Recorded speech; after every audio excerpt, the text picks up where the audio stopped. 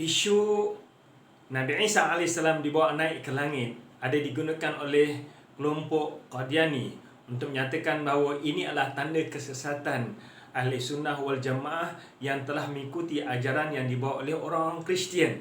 Mereka sama dengan pendapat orang Kristian bahawa orang Kristian menyatakan Jesus dibawa naik ke langit, dan Al-Quran juga menjelaskan Jesus dibawa naik ke langit. Rasulullah SAW juga menjelaskan Jesus dibawa naik ke langit. Jadi apa yang digambarkan oleh fahaman Qadiani ini, bahawa Ahli Sunnah wal Jamaah sama ajarannya dengan kelompok Kristian yang memahami bahawa Jesus dibawa naik ke langit.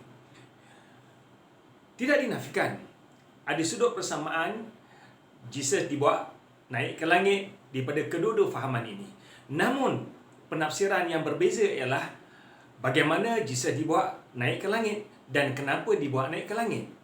Mengikut fahaman apa yang dibawa oleh Saint Paul, bahawa Jesus dibawa naik ke langit ini selepas Jesus mati di tiang salib, kemudian beliau dikuburkan selama 3 hari. Hari yang ketiga, Jesus dikeluarkan oleh Allah, oleh Tuhan, dibawa naik ke langit, dan konsep ini dinamakan resurrection, kebangkitan Jesus. Kebangkitan Jesus dibawa naik ke langit untuk berada di sisi the Father di heaven, Jesus sebagai Tuhan. Dan dari sini konsep divinity of Jesus, ketuhanan Jesus ditekankan oleh agama Kristian. Berarti Jesus dibawa naik ke langit sebagai Tuhan. Berbeza dengan apa yang difahami oleh Ahli Sunnah wal Jamaah ketika mana orang-orang Yahudi bersama dengan tentera Pilate cuba untuk menangkap Jesus AS. Ketika itulah Allah SWT menjelaskan, وَمَا قَتَلُوهُ وَمَا صَلَبُوهُ. Mereka tidak membunuh Jesus, mereka tidak mensalib Jesus, tapi diserupakan dengan orang lain sehingga tersalah orang lain yang tangkap. Bahkan Allah membawa Jesus naik ke langit.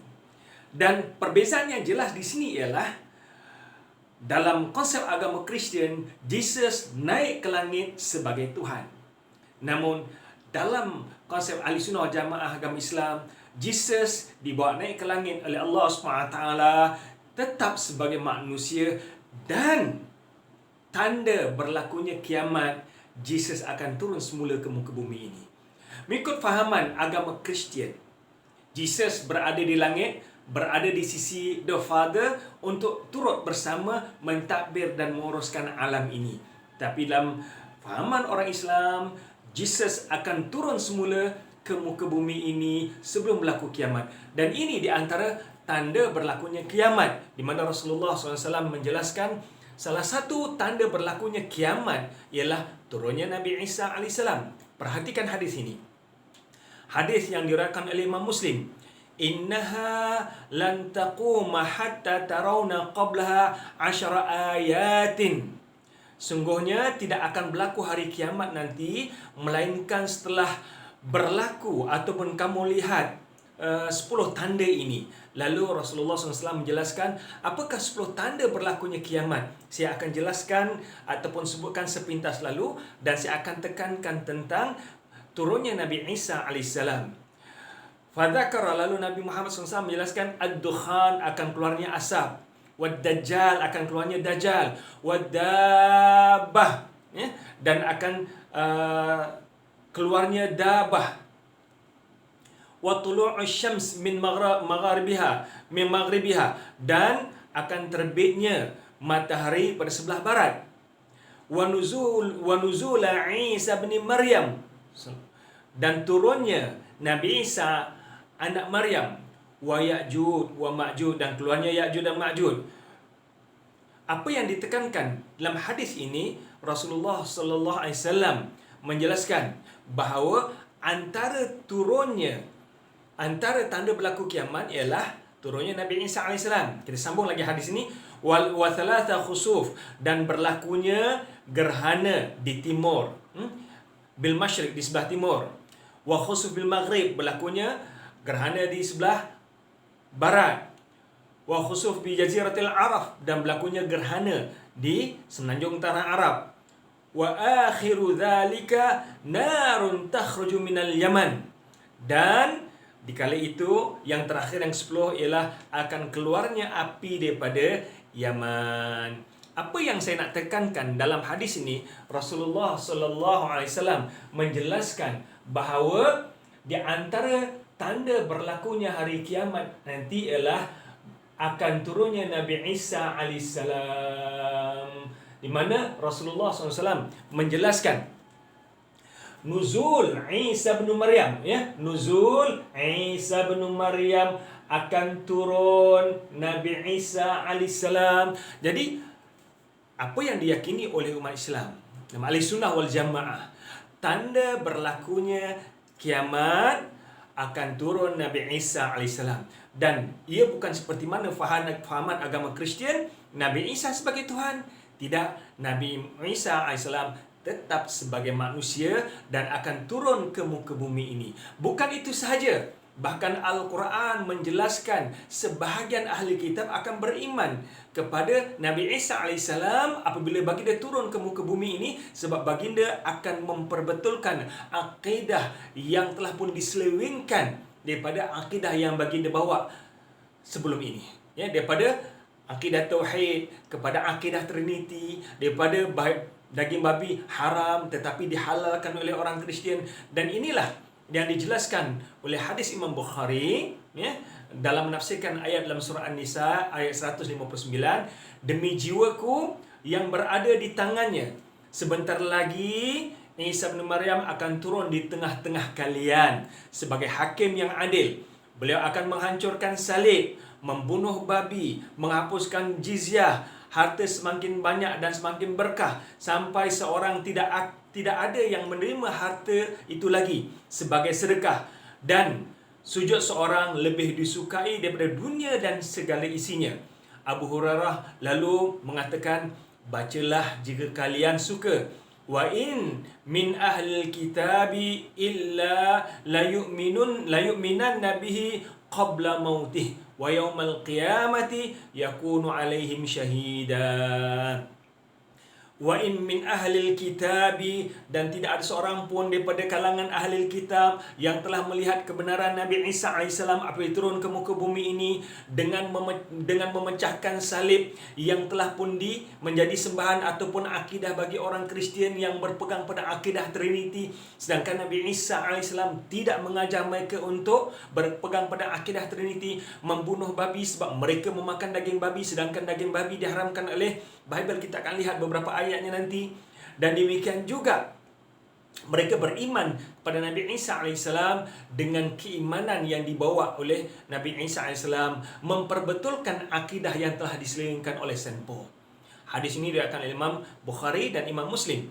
Dan apa yang ditafsirkan oleh Ibn Kathir dalam menafsirkan ayat dalam surah An-Nisa ayat 159 ini, Ibn Kathir menjelaskan bahawa sesungguhnya Allah telah mengangkat Jesus kepadanya, dan kelak sebelum hari kiamat terjadi, dia akan turun ke muka bumi untuk membunuh Dajjal yang sesat, memecahkan salib dan membunuh babi yang menjadi makanan orang Kristian, sedangkan Bible mengharamkannya. Cuba perhatikan dalam Leviticus dan juga dalam Deuteronomy. Dalam Leviticus ini disebutkan, do not eat pigs, they must be considered unclean.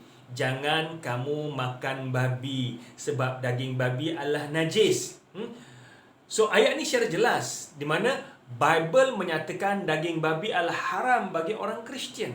Tetapi kedatangan Saint Paul telah mengubah akidah ini ataupun amal ini, di mana orang Kristian ataupun gereja menghalalkan untuk orang Kristian memakan daging babi. Dan di antara apa yang dilakukan oleh Nabi Isa AS apabila turun ke muka bumi ini ialah untuk membunuh babi yang dihalalkan oleh orang Kristian. Sedangkan dalam kitab suci mereka Bible, dalam Leviticus dan juga dalam Deuteronomy secara jelas dinyatakan bahawa daging babi adalah haram. Demikian juga Nabi Isa AS akan memecahkan salib-salib yang menjadi akidah pegangan mereka. Sebab akidah Trinity ini timbul selepas ataupun akidah Trinity ini menjadi akidah rasmi bagi masyarakat agama Kristian, terutamanya Katolik, selepas berlakunya Council of Nicaea. Saya akan jelaskan kemudian Council of Nicaea pada tahun 325, di mana mereka menerima akidah Trinity sebagai akidah rasmi bagi agama Kristian. Sedangkan dalam Mark ini adalah ayat dalam New Testament, ya, ayat dalam Gospel, di mana Jesus sendiri menjelaskan ketika mana orang ramai bertanya pada beliau, which commandment is the most important of all? Jesus reply, apakah ajaran yang paling penting yang kamu bawa? Lalu Jesus menjawab, the most important one is this. Listen Israel, the Lord our God is the only Lord. Love your Lord with all your heart, with all your soul, with all your mind, with all your strength. Apakah ajaran yang paling apakah ajaran yang paling penting yang kamu bawa, wahai Jesus? Lalu Jesus menjawab, ya, the most important one is this. Ajaran yang paling penting yang aku bawa di sini ialah ini. Dengarlah, listen O Israel, the Lord our God is the only Lord. Tuhan kita adalah Tuhan yang esa. Jadi kedatangan Nabi Isa AS ke muka bumi ini untuk membetulkan kembali akidah Trinity yang telah pun diselewengkan, yang telah dibawa oleh Paul menjadi akidah utama bagi orang Kristian, daripada akidah Tauhid kepada akidah Trinity. Dan kedatangan Nabi Isa AS untuk mengajak manusia kembali berpegang kepada ajaran yang dibawa oleh Allah SWT, kepada ajaran yang dibawa oleh baginda, di kala mana baginda diutuskan oleh Allah SWT mengajak manusia menyembah Tuhan yang esa. Bukan akidah Trinity. Mengajak manusia untuk meninggalkan daging-daging yang diharamkan, antaranya daging babi.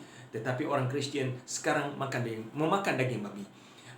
Pengajaran yang boleh kita ambil atau kesimpulan kita ambil di sini, memang tidak dinafikan ada persamaan fahaman dalam agama Islam dan agama Kristian. Nabi Isa dibawa naik ke langit. Namun bezanya di sini, dalam fahaman agama Kristian, Nabi Isa, Jesus, dibawa naik ke langit sebagai Tuhan. Namun demikian, umat Islam meyakini Nabi Isa dibawa naik ke langit apabila orang Yahudi cuba untuk membunuh mereka, tetapi sebagai manusia. Dan ikut fahaman agama Kristian, Jesus berada di heaven bersama dengan Bapanya untuk mentadbir alam ini sebagai Tuhan. Namun bagi umat Islam menyatakan bahawa sebelum berlaku kiamat, di antara tanda besar berlakunya kiamat, akan turun Jesus AS ke muka bumi ini. Dan di antara apa yang dilakukan oleh Jesus adalah membunuh Dajjal, yang menjadi ancaman paling besar bagi masyarakat akhir zaman, dan memperbetulkan akidah yang telah diselewengkan, iaitu antaranya akidah Tauhid yang telah pun ditukar menjadi akidah Trinity. Jadi Jesus akan memecahkan salib-salib yang menjadi kepercayaan pada mereka, iaitu daripada sinilah akidah Trinity yang menjadi pegangan mereka. Dan demikian juga Jesus akan membunuh babi, lantaran daging babi adalah daging yang diharamkan dalam Bible. Bukan hanya Al-Quran, dalam Bible dijelaskan bahawa daging babi adalah haram. Oleh kerana ini di antara perkara yang diselewengkan oleh orang-orang Kristian. Jadi Jesus datang untuk memperbetulkan akidah ini. Moga penjelasan ini akan memberikan penjelasan kefahaman, salah faham apa yang ditimbulkan oleh puak Qadiani yang menyatakan bahawa Ahli Sunnah wal Jamaah sama fahamannya dengan orang Kristian bahawa Nabi Isa ataupun Jesus dibawa naik ke langit. Allahu a'lam. Assalamualaikum warahmatullahi wabarakatuh.